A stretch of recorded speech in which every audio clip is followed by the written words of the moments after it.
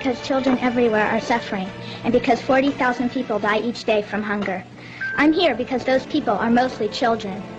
We have got to understand that the poor are all around us and we're ignoring them. We have got to understand that these deaths are preventable. We have got to understand that people in third world countries think and care and smile and cry just like us. We have got to understand that they are us, we are them. My dream is to stop hunger by the year 2000. My dream is to give the poor a chance. My dream is to save the 40,000 people who die each day.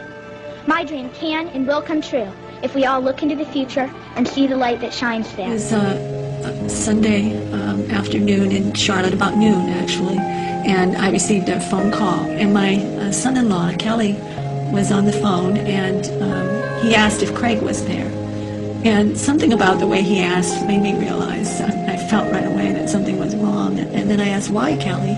And he hesitated for a minute, and he said, we've had some very sad news. And then my daughter, Sarah, I could hear her in the background, and she got on the telephone, and she said, Mom, it's Rachel.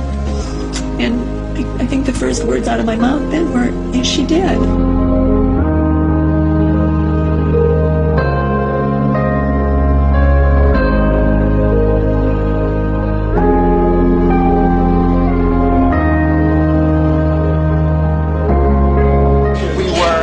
Opposing the demolition of farmland and other property, Palestinian property by Israeli destruction forces and bulldozers. And the bulldozer drove up, and it kept going, and she tried to move back, but she couldn't move back, and she got caught underneath. She got caught underneath. Many other internationals began to surround the bulldozer and yell at it and tell us that there's somebody there, and it did not stop.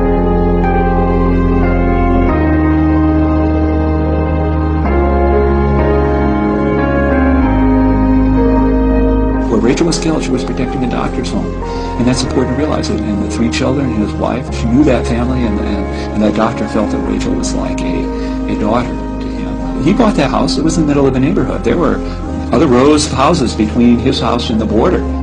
Those other homes, those other streets were all destroyed, and now it's history. And I've had people say, well, she was in a war zone, and Cindy points out that war zone is people's neighborhoods. Those are children. Parents are proud of what their daughter did, recalling how important it was to her to try and help Palestinian families in Gaza. There are just countless ways in which these children are experiencing incredibly difficult things, and I want to support them.